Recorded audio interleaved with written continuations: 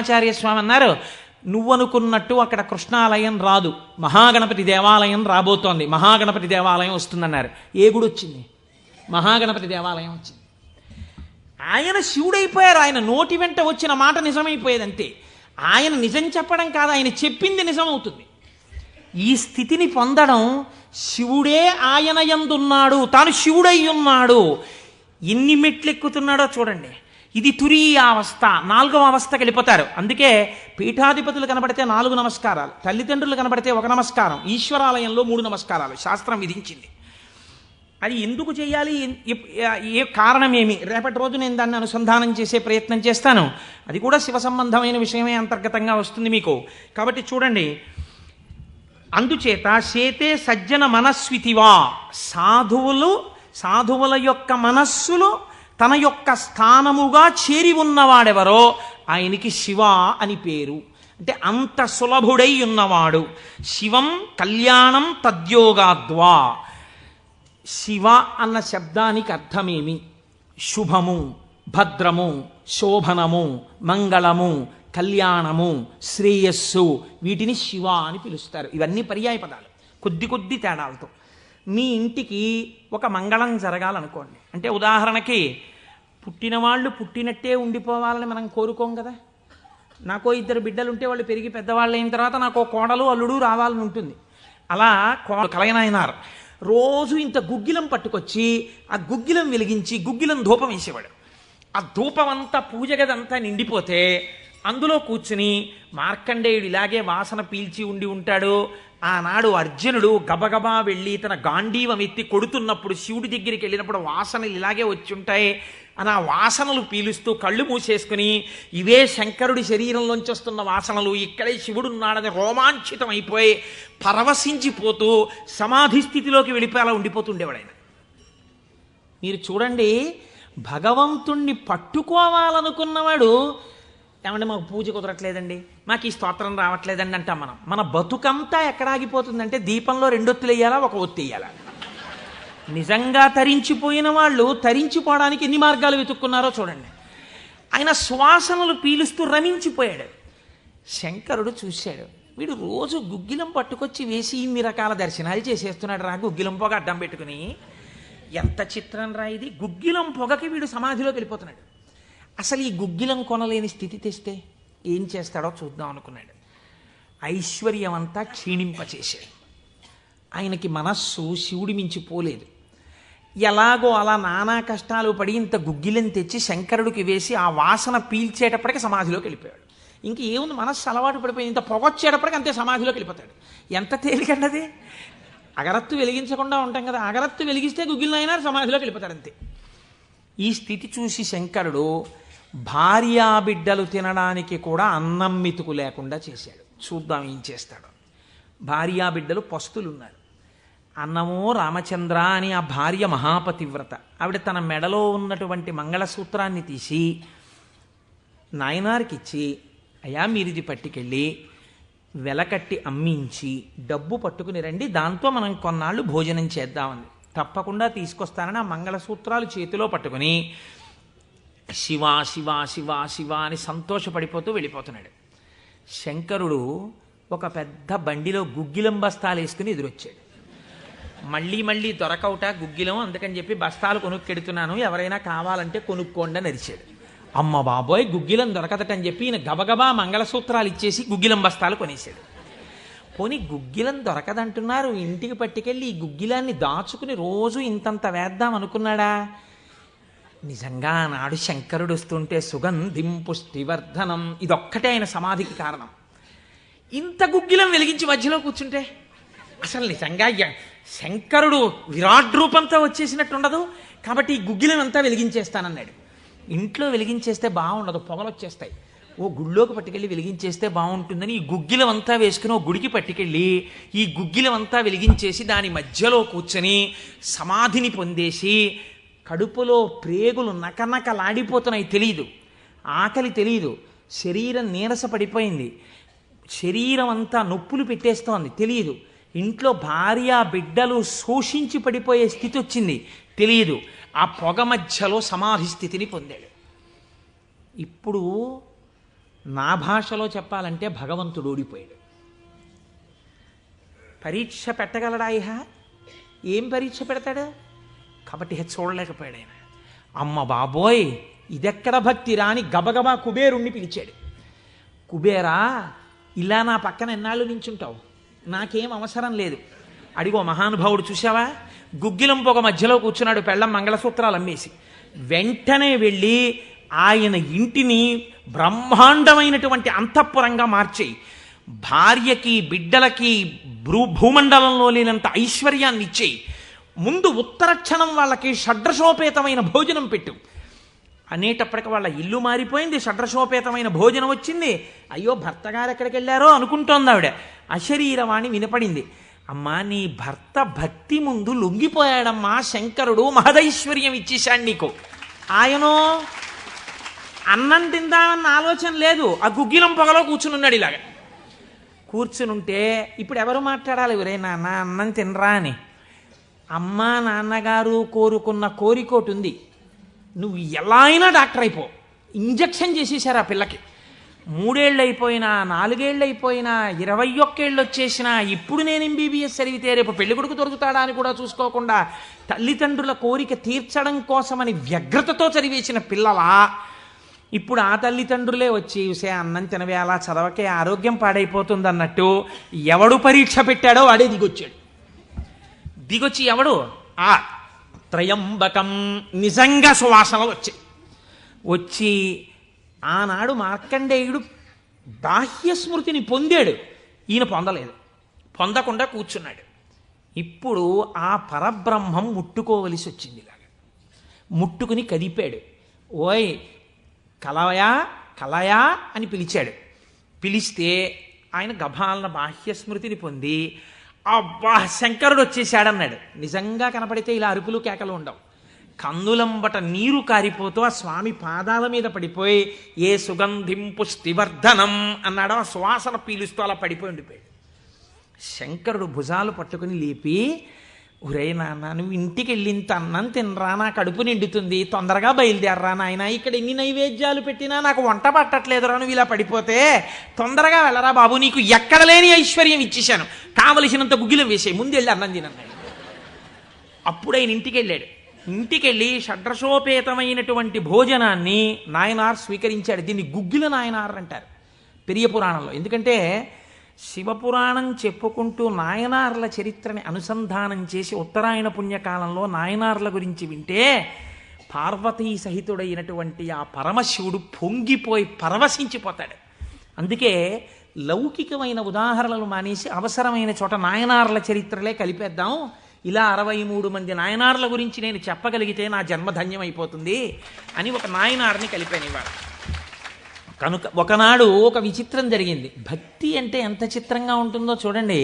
ఈ గుగ్గిల నాయనార్ జీవితంలోనే ఆ పక్కనే ఉన్నటువంటి రాజ్యంలో ఒక శివలింగం ఒకటి ఉంది. ఆ శివలింగం మొన్నను మేము కంచి వెళ్ళాం. ఆ కంచి వెళ్ళినప్పుడు శివలింగం ఇలా ఉంటుంది, గొట్టంలాగా కింద వెడల్పుగా ఉంటుంది, పైకి వెళ్ళే కొద్దీ సన్నగా ఉంటుంది.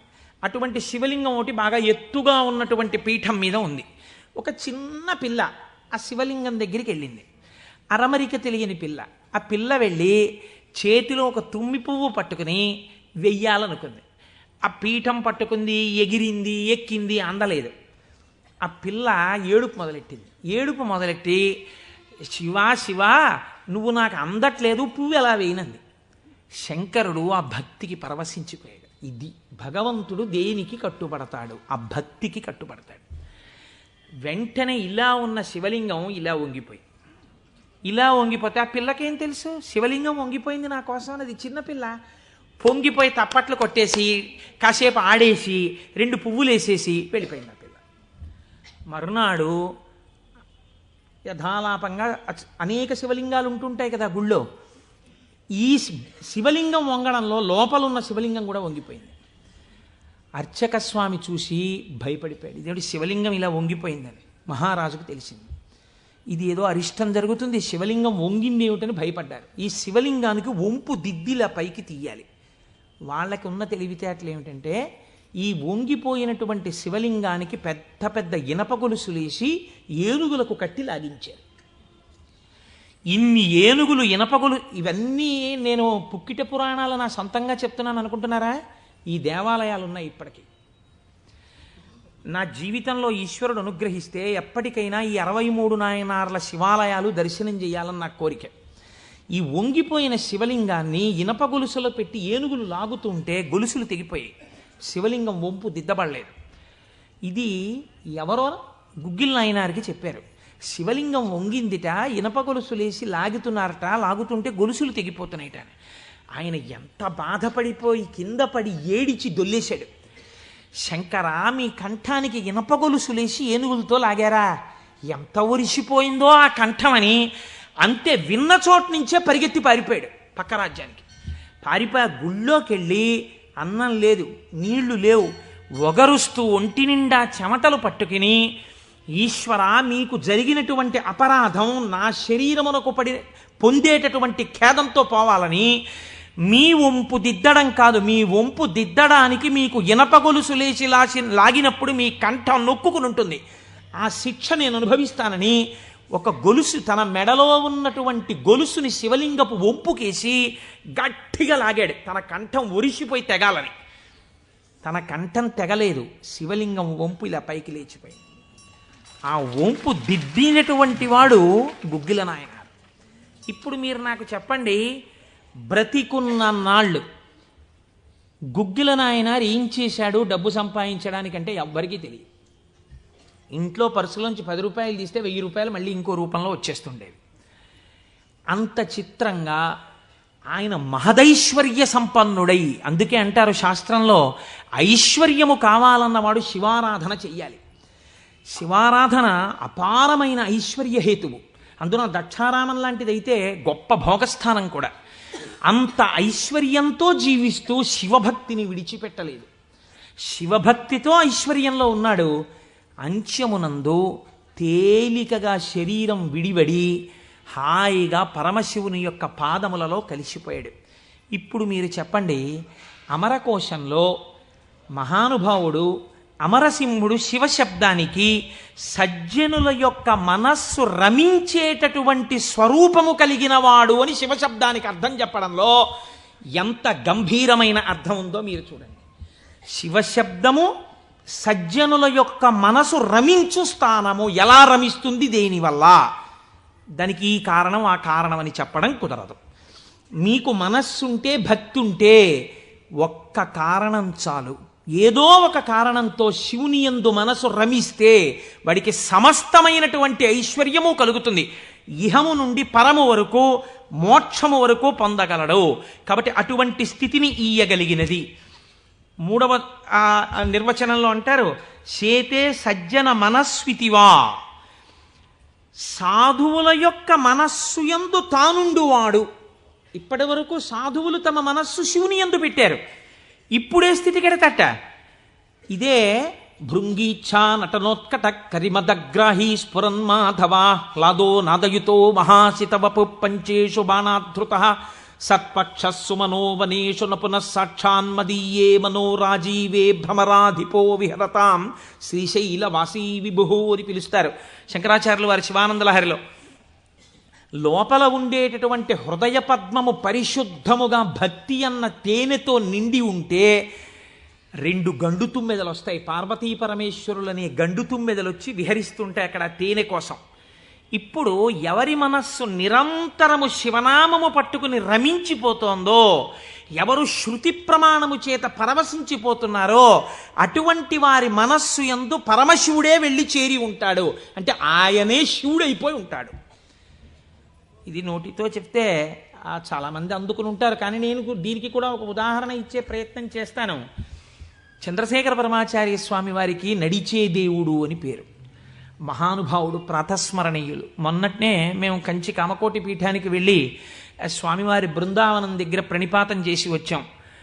సమాధి అన్నమాట వాడరు పెద్దలు. సన్యసించినటువంటి వారిని సమాధి చేసిన చోట పైన తులసి కోట పెడితే బృందావని మీద పిలవాలి. ఇది బృందావనం అండి, చంద్రశేఖర పరమాచార్య స్వామి వారి బృందావనం అనాలి. అలా కాకుండా సమాధి మీద శివలింగం ఉంటే బృందావనం అనకూడదు, అధిష్టానము అనాలి. ఇది రమణ మహర్షి యొక్క అధిష్టానం అండి అనాలి. రమణాశ్రమంలోకి వెళ్ళారనుకోండి, మీరు ఇది రమణ మహర్షి సమాధనో రమణ మహర్షి బృందావనమనో మీరు ఉచ్చరిస్తే మీ యందు దోషం పడుతుంది. అలా అనకూడదు. ఇది రమణుల అధిష్టానము అని పిలవాలి. ఎందుకంటే దాని మీద శివలింగం ఉంటుంది కనుక. అటువంటి బృందావనం చంద్రశేఖర పరమాచార్య స్వామి వారి బృందావనం దగ్గర మేము మొన్న ప్రణిపాతం చేసి వచ్చే అదృష్టాన్ని పరమాచార్య స్వామి మాకు అనుగ్రహించారు. పరమాచార్య స్వామి ఒక మాట చెప్పుకుంటూ ఉండేవారు. ఆయన అనేవారు, నాకు ఎప్పుడైనా చీకట్లో వెడుతున్నప్పుడు ఒక విగ్రహాన్ని చూస్తే నా బాధ్యత నాకు గుర్తొస్తుందనేవారు. ఇదండి రమించడం అంటే, ఇది శివుడంటే. మామూలుగా మాట్లాడడం, ఇలా ఉపన్యాసాలు చెప్పడం గొప్ప కాదు. రమించిన హృదయంలోంచి అటువంటి మాట రావడం ఆ వ్యక్తి యొక్క స్థితిని చూపిస్తుంది. పరమాచార్య నడిచి వెళ్ళిపోతుండేవారు. తెల్లవారుజామున 3 గంటలకి వారు నడిచి వెళ్ళిపోతున్నారు. ఒకసారి నడిచి వెళ్ళిపోతుంటే ఒక ఊరి మధ్యలో ఒక కోటు వేసుకున్నటువంటి ఒక వ్యక్తి, వాడెవరో ఒక రాజకీయ నాయకుడు, ఆయన యొక్క శిలాప్రతిమ ఒకటి ఉంది. పరమాచార్య నిలబడి ఒక నవ్వు నవ్వారు. పరమాచార్య నవ్వారంటే దానిలో ఏదో అర్థం ఉంటుంది. ఆయనతో ఆనాడు అంతేవాసులై దగ్గరగా నడిచినటువంటి శిష్యులున్నారే, వారు అదృష్టవంతులు కనుక వారు దగ్గరగా వెళ్ళి నిలబడ్డారు. ఎందుకు నవ్వారు అని అడగరు కదా. వారు నవ్వి అన్నారు, దీన్ని చూస్తే నాకేం జ్ఞాపకం వస్తుందో తెలుసా, నా బాధ్యత జ్ఞాపకానికి వస్తోంది అన్నారు. అదేమిటండి, ఆ విగ్రహానికి మీకు సంబంధం ఏమిటి అనుకున్నారు విన్నవాళ్ళు. ఆయన అన్నారు, ఈ విగ్రహంలో ఉన్న వ్యక్తి తెల్లవారుజామున 3 గంటలకి ఇలాగే కోటు వేసుకుని నిలబడి ఉండేవాడా అని అడిగారు. అప్పుడు 3 కదా అయింది టైము. తెల్లవారుజామున 3 గంటలకి ఆ విగ్రహంలో ఉన్న వ్యక్తి ఎవరు ఉన్నాడో ఆయన అలా కోటు వేసుకుని నిలబడ్డ కదా. లేకపోతే బహుశా ఇప్పుడు మనం 3ంటికి చూసాం, ఈయన రాత్రి 1 గంటకు కూడా ఇలాగే కోటు వేసుకుని ఉండుంటాడు. అంటే రాత్రి 1 గంటకు కూడా ఈయన బతికున్న రోజుల్లో కోటు వేసుకుని ఉన్నాడా? లేడు. కానీ కోటేసుకున్నటువంటి వ్యక్తిని అందరూ చూశారు బయట. ఆయన బయటకు వచ్చినప్పుడు ఎక్కువగా కోటుతో బయటకు వచ్చేవాడు. కాబట్టి ఇప్పుడు ఆయన్ని చూడగానే రాత్రి చూసినా, పగలు చూసినా, ఉదయం చూసినా, సంధ్యవేళ చూసినా ఆయన జీవితంలో సాధించిన విషయాలు జ్ఞాపకానికి వచ్చి, అందుకు ఆయనకి ఇటువంటి శిలాస్తూపం పెట్టారు అని జ్ఞాపకానికి వస్తుంది. నేనెవరో తెలుసా? పరమాచార్య చెప్పిన మాట. నేను కూడా ఇలా దండం పట్టుకుని కమండలం పట్టుకుని నడిచి వెళ్ళిపోతుంటే భారతదేశమునకు 4 చెరగుల మళ్ళీ అవైదికమైన మతములు ప్రవేశించకుండా 4 పీఠములు పెట్టి చంద్రమౌళీశ్వరారాధన ఏర్పాటు చేసినటువంటి మహాపురుషుడైన శంకరాచార్య స్వామి వారి ప్రతిబింబంగా ఆ శిల తన జీవితాన్ని జ్ఞాపకం చేస్తే, శంకరులని జ్ఞాపకం చేసి నడువడిని నేర్పడానికి ఈ రూపంతో మేము తిరుగుతున్నాం. మా నడువడి ఎంత జాగ్రత్తగా ఉండాలో చూడండి అని పరమాచార్య ఆ స్తూపాన్ని చూసి చెప్పుకున్నారు. ఎంత భక్తో చూడండి నిజంగా వారిది. వారు ఒకనాడు శ్రీశైలం వెళ్ళారు. వెళ్ళినప్పుడు హటకేశ్వరంలో శంకరాచార్య స్వామి వారు తపస్సు చేసినటువంటి ప్రదేశం ఉంది. వారు ఆ హటకేశ్వరం దగ్గరికి వెడుతూ ఆ తపస్సు చేసిన ప్రదేశం దగ్గరికి ఒక సంస్కృత పండితుడిని పిలిచి వారు సంస్కృతంలోనే మాట్లాడుతుండేవారు. ఆయన అన్నారు, చాలా కాలం మఠాన్ని నిర్వహించాను. 13 సంవత్సరాల ప్రాయంలో సన్యసించారు మహానుభావుడు. చాలా కాలం మఠాన్ని నిర్వహించాను. ఉత్తర పీఠాధిపతిని నిర్ణయించాను. జయేంద్ర సరస్వతి స్వామి వారిని ఉత్తర పీఠాధిపతిని చేశాను. ఆయనకి కావలసినటువంటి పరిణితి ఏర్పాటు చేశాను. నాతో పాటు ఎన్నో ప్రదేశాలకి తీసుకెళ్లాను. మఠ నిర్వహణ యందు ఆయనకి కావలసినటువంటి శక్తియుక్తులను గరపాను. ఇంకా ఎంతకాలం ఆ మఠ నిర్వహణ చేస్తూ ఉండను? శంకర భగవత్పాదాచార్య స్వామి ఏ హటకేశ్వరంలో తపస్సు చేశారో నేను ఇంకిక్కడ ఉండిపోయి ఈ హటకేశ్వరంలోనే తపస్సు చేస్తూ ఉండిపోతాను. చాలు, జయేంద్ర సరస్వతి చూస్తారు మిగిలినటువంటి మఠ వ్యవహారాలన్నీ అన్నారు. పరమాచార్య నోటి వెంట ఒకసారి ఒక మాట వస్తే వెనక్కి తిప్పడం అంత తేలిక.